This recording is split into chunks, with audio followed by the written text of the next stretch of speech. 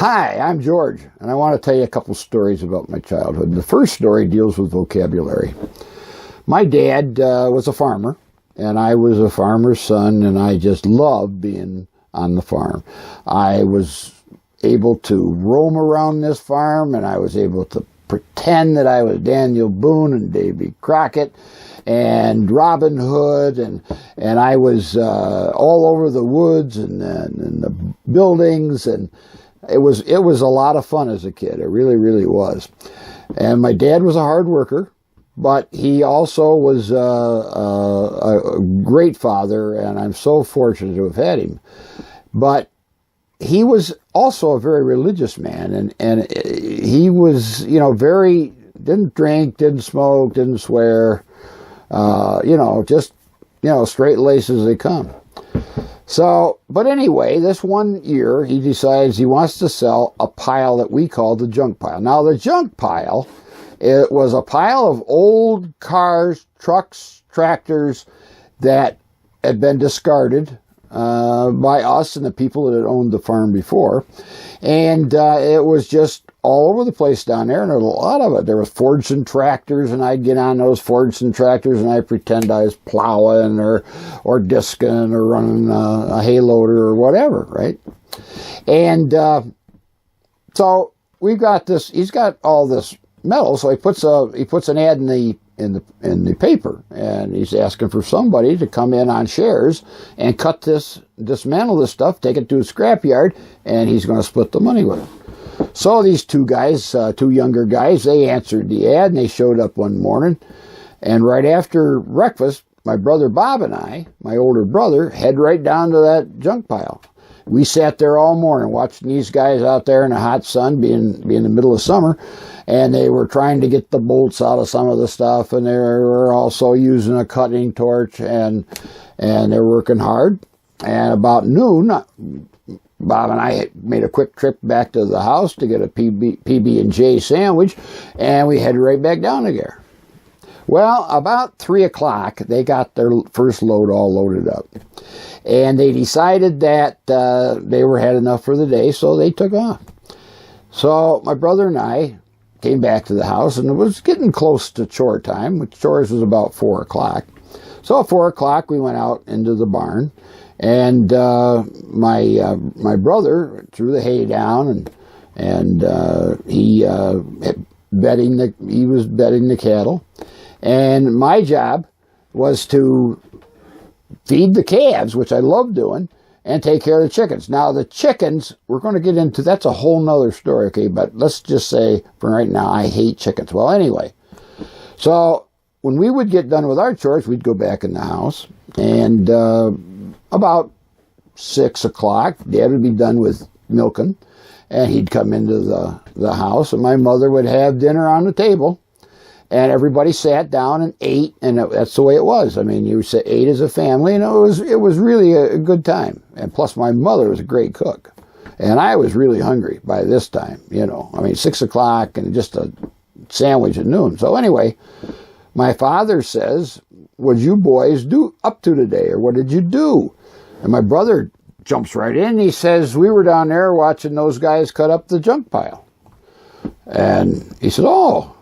Then looking at me, he says, "How was it? How was it?" And I said, well, that shitty blanking thing, that goddamn piece of and that sucker, that's as far as I got, okay? Because my mother put me on the floor, just cut me right side the head, knocked me out of the chair, onto the floor. And she picks me up, one hand on my shoulder, and the other hand on my ear, leads me into the bathroom and takes this bar of soap. It was all wet from everybody washing their hands coming in from doing chores, and sticks it in my mouth. And she makes me keep it in my mouth, even though I'm gagging and choking for probably a minute or so. Seemed like forever. Then she takes the soap out, puts it back on the sink, marches me back out to the table, sets me down, and I'm looking at my father like, what happened here? So I said, "Daddy," and I'm looking, and he says, well, he's looking very uncomfortable. He says, "Well, Georgie," he says, the the words that you use, we don't use in public. And he says, in fact, I don't like them used at all, and I don't use those words. So he says, you know, that's what it is. And he says, he says, well, you know that word shit? And I said, yeah. He says, well, you know when a cow poops into the gutter, there's a splatter on that cow that comes in, and he says, and that's, you know, that's that poop, which I call manure. He says, you know, I prefer manure to shit. I'm starting to understand what he's talking about with that, because I had my mouth open more than once when a cow does that, and I didn't see the cow do that, and it does splatter, and I get in my mouth. Well, I'm telling you right now, that does not taste good. So about this time, my mother decides that I got to be punished more. So she says, young man, you march yourself right up those stairs, go to your bedroom, and you think about what you said. So I go up, still hungry as hell, right? And I mean, just still hungry. And it wasn't too long. And I'm laying there thinking, what? You know, these, I don't know. I mean, cows and poop and manure and, you know. So a few minutes I hear her up the stairs. She opens the door, comes in my room. She says, well, young man, have you learned anything? Now, I know I got to come up with an answer. And the only thing that I had really learned was that, and I said, well, I can tell you one thing, Mommy, that soap tastes just like shit. Well, I got back in, I was immediately back in that look again, you know, and my mother had one of those, you know, I mean, you knew what, said volume. All right, now I'd like to talk to you a little bit about chickens. Okay, now the chickens story is a very, what I consider to be a noble story, because the chickens were, they would give their life for Sunday dinner, and I call it a sacrifice. And what I mean is that we would go to church all the time. We'd go to church Sunday morning, we'd go to church Sunday night, we'd go to church Wednesday for prayer meeting, we'd go to church on special services, we'd go to church for camp meeting, we'd go to church to go to church, right? And very, very highbrow church. I mean, very hellfire, brimstone. I mean, no room for giggling or fidgeting or anything. You know, you sat there, you had to pay attention like you're interested, and you better not fall asleep. Okay, and I can tell you that for a fact. Well, anyway, after church service, you know, you were so relieved to be able to get up and walk around because your legs had gone to sleep sitting on those hard pews. Well, my father and mother might ask another family to come back to the farm and have Sunday dinner with us, which I liked, because chances were we were going to have some fresh meat for the dinner. Sure enough, more than not, my mom would come out into the living room where the men were talking, and she'd say, Earl, would you go to the chicken coop and get me a chicken? That's all I had to hear.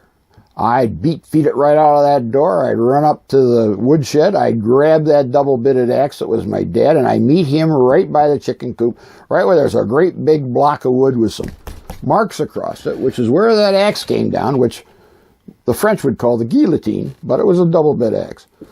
And if there was a chicken that had been really bothering me and it was outside, I'd kind of move it towards my dad, so maybe, you know, that would be the one he'd grab. Well, anyway, he'd grab a chicken, grab him by his legs, chicken legs, and he'd put the chicken down on the block of wood, and that, boom, and that axe, and that cut that head right off. Well, you've heard the term, I'm sure, running around like a chicken with its head cut off. Well, they do, right? But they're so damn dumb, you know, they probably don't even know they're missing their head. Of course, they can't see nothing because that's on top there, you know, where they're just above their beak. And they're running around into things and stuff like that till, you know, they don't run around anymore. So then my father picked it up and he'd take it to the house, the back door where the kitchen was there, and give it to my mom. My mom would pluck it and clean it, and we'd have that for Sunday dinner. So you know, that was a noble gesture on their part. Of course, they didn't have a damn thing to do with it. You know, I like to think that was just what the right thing to do. But anyway, after a while, after all these chopping, my father would be down on chicken, so we'd have to go someplace and buy some more of those damn things. So it never really stopped. So my last story is about Tommy the Tomcat. Well, Tommy was a cat that I'd had for a long time. Well, how you can have a long time, I'm only 4 or 5 years old. But, I mean, we were buds. I mean, Tommy would sit there waiting for me to strip the cows from the milkers, and I'd just grab a little teat and I'd squeeze it like that and put it right in his mouth. I mean, I got pretty good at that. So here he is, having a ball, you know, getting this nice warm milk, fresher, whatever it took it to go from teat to mouth, you know, pretty quick. So, like I said, we're close. So one day, my father goes up to talk with another farmer, Mr. Andrews. Well, now Mr. Andrews, nice man, and they were sitting talking on the barn floor. And I decided that, you know, to keep myself occupied, I'd jump in the hay. There was a big pile of loose hay there. So I'd climb up the ladder to that first beam that goes across the hay mow, and 15, 20 feet up in the air, and I would jump out and jump into this big, soft pile of hay, and having a great time doing that. And about after 4 or 5 jumps, Mr. Andrews says, "Georgie, you're like a cat. You always land on your feet." Now I'm thinking to myself, a cat? Okay. I'm trying to ponder this as best I can get my mind around it. And pretty soon my dad and Mr. Andrews are done, so we go out and get in a pickup truck, and we're headed back to the farm. And I said to my father, I said, "Daddy, what did Mr. Andrews mean about a cat always landing on its feet?" And he says, "Well," he says, that's a saying. And I says, "What's it mean?" He says, "Well, they say that if a cat is thrown or falls from something, that they land on their feet." And I thought to myself, well, is that true? You know? And I asked my daddy if it was true, and he said that was a saying. Okay? Well, I mean, this is open to conjecture. Obviously, I didn't know that conjecture word, but hey, you know, that's what it was open to. So we get back to the farm. Dad goes doing whatever he's doing. I get out of the truck and I head for the barn. And I'm going on the barn floor, and there's Tommy. Tommy's squatted down, resting, laying over by the grain drill. And the grain drill's the only implement we had inside other than the tractor, because we just didn't have that much room. But there it was sat, and I decided I get this great idea to try this out. So I grab Tommy under one arm, and I climb up the spokes of the wheel, and then I get up to the boxes, and I get up on top of the boxes, and I got Tommy under my arm, and probably 5 feet, and then I'm probably 4 foot nothing, so we're talking about 9 feet, right? So I got Tommy with each hand on his stomach, and I throw him out, right down on his feet, lands right on his feet. Now I'm thinking to myself, there might be something to this, you know. But we can't just take it by one experiment and see that that's a fact. So I get down off the grain drill, and I come up to Tommy, and I go, "Kitty, kitty, kitty." He gives me a very dirty look. And I go, "Kitty, kitty, kitty, kitty, kitty, kitty." And he kind of slinks over towards me and gets a little closer and just goes, "Bang," I get him. So I put him under my arm, and now I climb to this beam, this middle beam, 15 feet off the floor, and I'm 4 foot nothing, so we're talking about 19 feet. And this time I decide to give him a little higher arch, and also to give him a little spin. Okay? Bam! He lands on his feet again. Now that's 2 times in a row. So I'm thinking to myself, all right, we got to give it one last test. I will climb up to the top of the peak, and I'll throw the cat out from there, and if Tommy lands on his feet, we're going to say cats always land on their feet. So I climb back down the ladder, and Tommy's hiding over in the corner over there by the door, And I go, kitty, kitty, kitty. Kitty, kitty, kitty. You know, it was just a very mean look. And so I start over towards him, and he runs right out underneath that barn door and is gone, right? So I do my chores and feed the calves and those damn chickens. And Dad comes in after he finished the milking, and, you know, he says to me right off the get-go, as soon as we sat down to eat, he says, did you see Tommy? And I said, no, I didn't. Well, I knew he was talking about chore time, and I didn't see Tommy. He says, well, I didn't see Tommy till I'm getting done. And he says, and you know, he's got quite a limp. He says, do you know anything about why? Did you see him limping?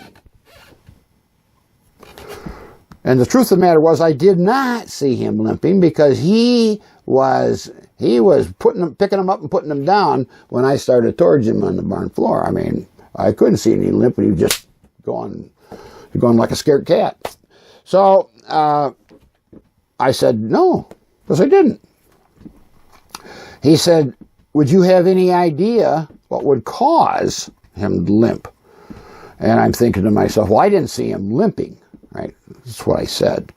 Now, I was answering a question with a question. I got to be very good at that, because I did not believe in lying. If he had said to me, do you know exactly why he's limping, or could you have done something to Tommy that might have caused him to limp, I would have forced to come clean, mostly. But that wasn't the case. So I was able to wiggle my way out of that one.